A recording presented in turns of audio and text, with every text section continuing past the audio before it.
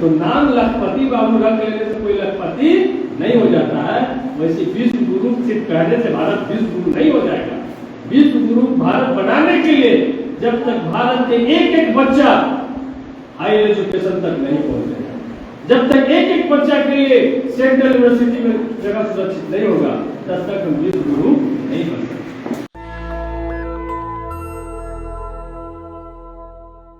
Project कर रहे हमारे गुरुजी, हमारे संघर्ष के साथी और हमारे कॉमरेड इजाज साहब, इस संस्थान के प्रोफेसर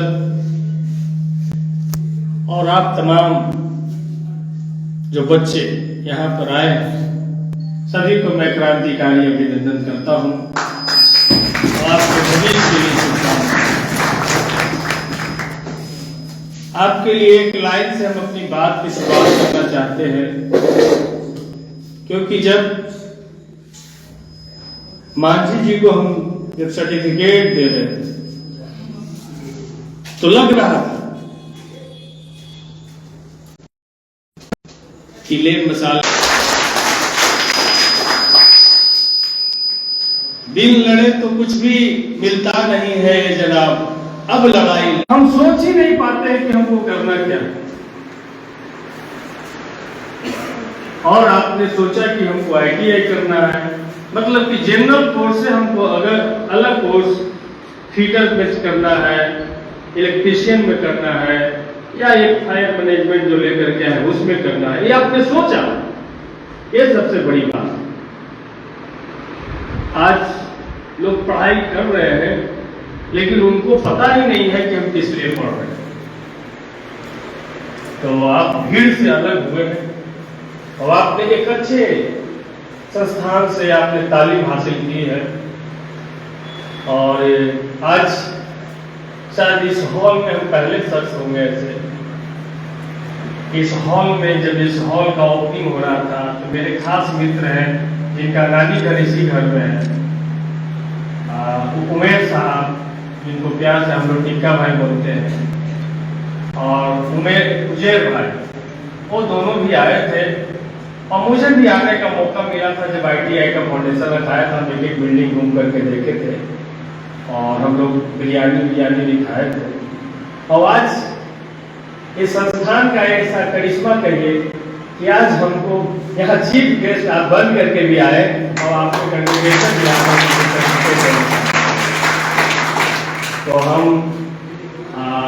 हमारे पिताजी जिनके साथ संघर्ष की वो लंबी लड़ाई लड़े, हम मरहूम शकील साहब को इस मौके पर याद करेंगे कि शकील साहब ने इस मकबा, इस मखदूमपुर को पूरे बिहार के मानचित्र पर लाने का काम किया, और कैसे जंगल पहाड़ से घिरा हुआ जगह से निकल करके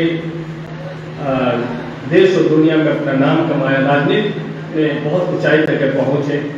और उन्हीं घर से निकले हुए उनके परिवार के लोग के अंदर ऐसी सोच है इस गांव में, जहां पर लोग जिनका बम्बई में घर हो जाए, जयपुर में घर हो जाए, दिल्ली में घर हो जाए, अरे पटना में घर हो जाए, अगर जहानाबाद में भी घर हो जाए, तो गांव तरफ नहीं मुड़ता है और बम्बई छोड़ करके इस मकबा में आकर के एक दशरथ मांझी जैसा इरादा लेकर के आए हैं कि हम यहाँ के लोगों को रोशन करें, यहाँ के लोगों को विकसित करें। ये सबसे बड़ी बात है। तो कैप्टन साहब के लिए हम सब लोग सैल्यूट हमको करते हैं। और आप सभी लोग पास आउट हुए हैं, पास आउट तो हो गए हैं, लेकिन रोजगार सबसे बड़ी चिंता है। कि हमारे हाथ में डिग्री आ गई, हम 95% नंबर तो ले आए, लेकिन सर्टिफिकेट का इस नंबर का क्या करेंगे? ले जाकर कैलेंडर बना के घर पे टांग देंगे।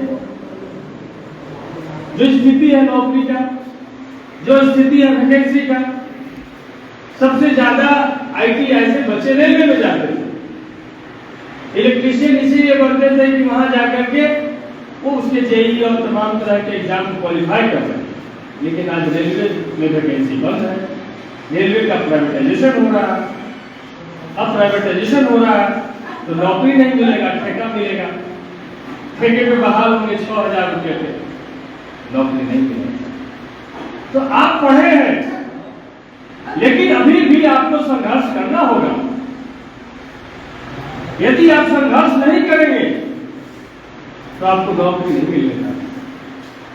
और इत्तेफाक से श्रम संसाधन मंत्रालय आज सरकार में राष्ट्रीय जनता दल के पास ही है, हमारे मित्र सुरेंद्र राम जी हैं उनके पास में है।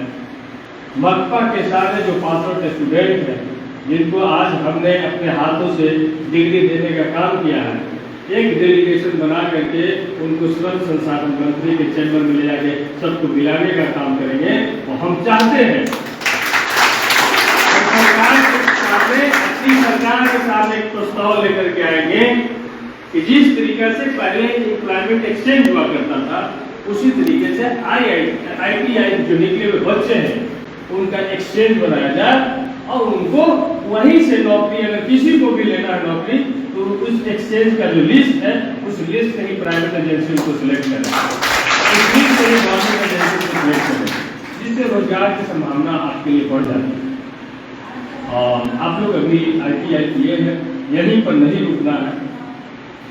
और आपकी इंफॉर्मेशन के लिए हम बता दें कि हमारी शिक्षा तो सबसे ज़्यादा हमारा फोकस था, तो इसी वजह से इसी पंचायत के बगल में ये जो बराबर की पहाड़ी है, उसी पहाड़ी के बीच में एक पॉलिटेक्निक कॉलेज बन रहा है। और वो पॉलिटेक्निक कॉलेज मतलब आपसे ऊपर वाले जो बच्चे आप भी चाह करके पॉलिटेक्निक कर सकते हैं, तो पॉलिटेक्निक कॉलेज इसी पर बस 2 किलोमीटर के रेडियस में यहीं पे पॉलिटेक्निक कॉलेज का हाथ बना देगा। पढ़ाई लिखाई बहुत जरूरी चीज़ है।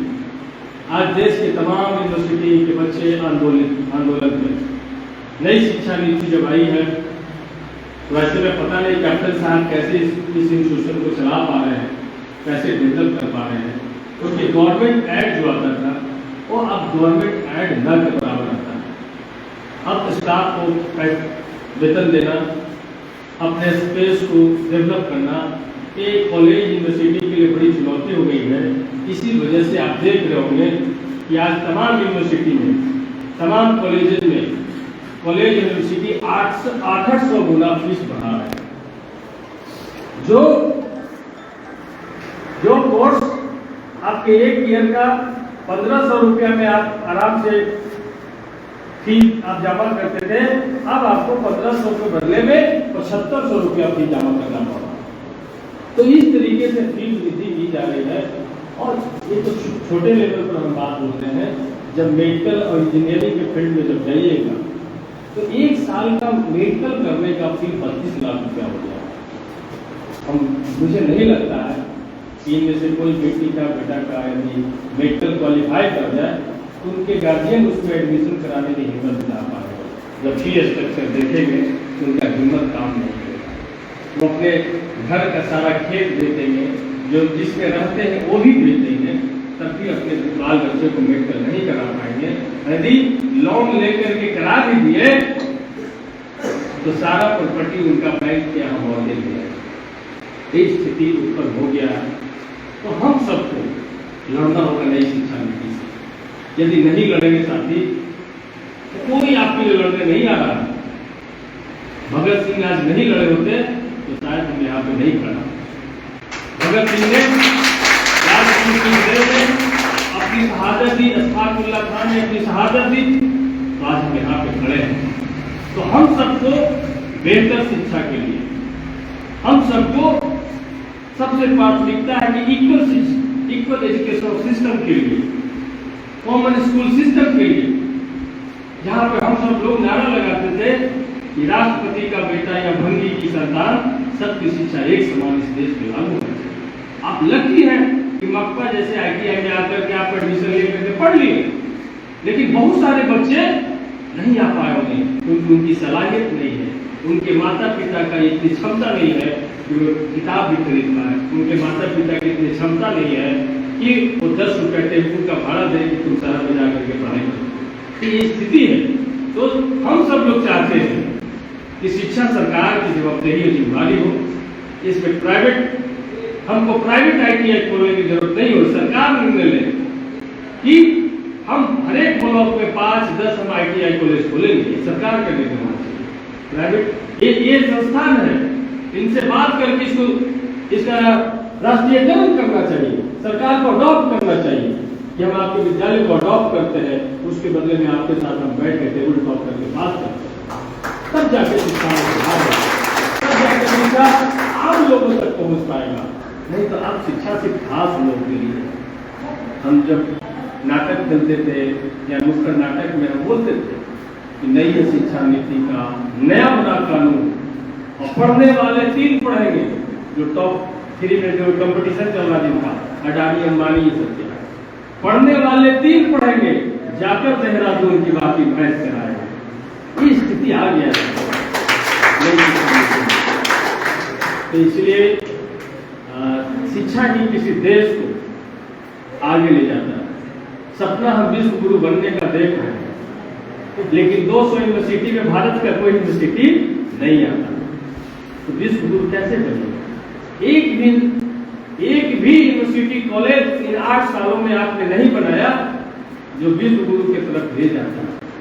तो सिर्फ बोलने से, एक सरघाटी में सर भी जानते होंगे, सरघाटी में SMSG कॉलेज है, उसके प्रोफेसर वहाँ हुआ करते थे, तो हम बचपन उनका नाम था लखपति बाबू, तो हम बोलते थे हवाई चप्पल पहनते, नाम है लखपति बाबू, हवाई चप्पल पहनते। तो नाम लखपति बाबू रख लेने से कोई लखपति नहीं हो जाता है। वैसे विश्व गुरु सिर्फ कहने से भारत विश्व गुरु नहीं हो जाएगा। विश्व गुरु भारत बनाने के लिए जब तक भारत के एक बच्चा हाई एजुकेशन तक नहीं पहुंचेगा, जब तक एक बच्चा के लिए सेंट्रल यूनिवर्सिटी में जगह सुरक्षित नहीं होगा, तब तक हम विश्व गुरु नहीं बन सकते। इसलिए आप तमाम लोग से ही गुजारिश है कि आप आज ITI का सर्टिफिकेट लेकर के आप बाहर निकलेंगे, एक लगेगा कि एक बोझ से हल्का हुए कि अब क्लास करने हमको नहीं आना पड़ेगा, हमको एग्जाम देने नहीं आना पड़ेगा, लेकिन आप उस भीड़ में जाकर के शामिल हो गए हैं जिस भीड़ में फाइल लेकर के लोग करके उस भीड़ में शामिल, तो उस भीड़ से भी आप कैसे अपने आप को सिलेक्ट कर पाए, अपनी बात को कैसे मजबूती से रख पाए, ये आपको अपने अंदर ज्ञान अर्जित करना होगा।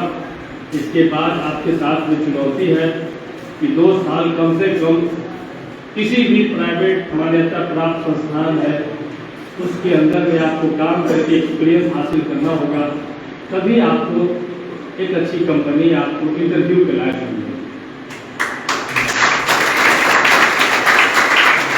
इसलिए 2 साल आप अपने आप को ये समझ लीजिए कि किसी प्लम्बर के घर में भी जाके काम करना पड़े तो हमको काम करना सीखना है, किसी इलेक्ट्रिक मैन के साथ में भी हमको तार का और स्विच बोर्ड का भी काम करना पड़े तो हमको काम करना है, लेकिन आपको एक्सपीरियंस हासिल करना है। जब तक आप एक्सपीरियंस हासिल नहीं करेंगे तब तक आपका कोई आगे पीछे नहीं होगा।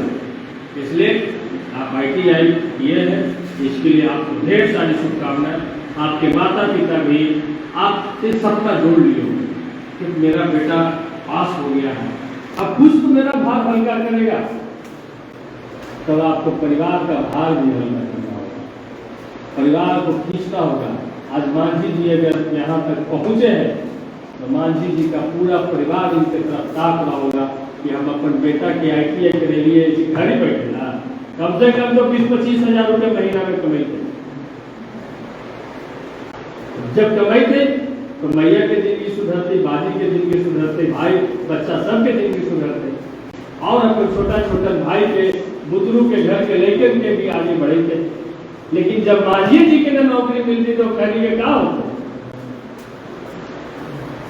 तो इसलिए हम आप लोग से यही गुजारिश करते हैं कि आप अपने तालीम को यहीं पे नहीं रोकेंगे और मेहनत करेंगे। जिस तरीके से कैप्टन साहब के अंदर लगा करके आपने डिसिप्लिन सीखा, जिस तरीके से समय का महत्व समझा होगा, इस तमाम चीज को आप अपने जीवन में उतारेंगे और आने वाला दिन में यदि आप कड़ी मेहनत करते हैं तो हम तो चाहेंगे कि आप ITI किए हैं, आपका लेवल भी IIT के लेवल में, आप अपना नॉलेज लेवल को IIT के इंजीनियर के लेवल में लेकर के जाए, तब अपने आप में सब आप समझेंगे, तब जानेंगे कि आप कैप्टन साहब को ITI में और इस ITI में कोई फर्क नहीं रह जाता है। इसलिए जो आप सीखे, जो आपको माहौल मिला, ये माहौल IIT में मिलता है। तो आप एक IIT के माहौल में आपने किया है, इसलिए आपके नॉलेज लेवल को जाना है, यही शुभकामना है। और बाकी हमने इस कतरा पंचायत के लिए हमारी भी एक जीत है, जिसके वजह से हमको बहुत सुनना भी पड़ रहा है। हमने फैसला लिया है कि अपने विधायक निधि का जो 1 साल का जो फंड 3 करोड़ रुपया ये और 1 करोड़ रुपया हमारा पिछले साल का बचा हुआ 4 करोड़ रुपया हम एजुकेशन पे खर्च करेंगे। और हर एक पंचायत में एक मॉडल लाइब्रेरी की स्थापना कर रहे हैं, जिसके कतरा में हम लोगों ने माकपा को चुना है कि माकपा में एक मॉडल लाइब्रेरी बने। यहाँ के लोगों से यही गुजारिश है कि उस लाइब्रेरी को मूर्त रूप देने में हमारी मदद करें। और बढ़िया लाइब्रेरी है और एक कंपनी आ है, जिस तरह से कैप्टन साहब हैं और भी देश में बहुत सारे कैप्टन काम कर रहे हैं, उन लोग से बात हुई है। उन लोगों ने कहा कि आप लाइब्रेरी बनाइए, हम उसमें LED TV लगाएंगे, वाईफाई लगाएंगे, बच्चे उसी गांव में बैठ करके ऑनलाइन क्लास करेंगे। ऐसा हो, इन्हीं उम्मीद के साथ कि आपका आने वाला कल सुनहरा होगा।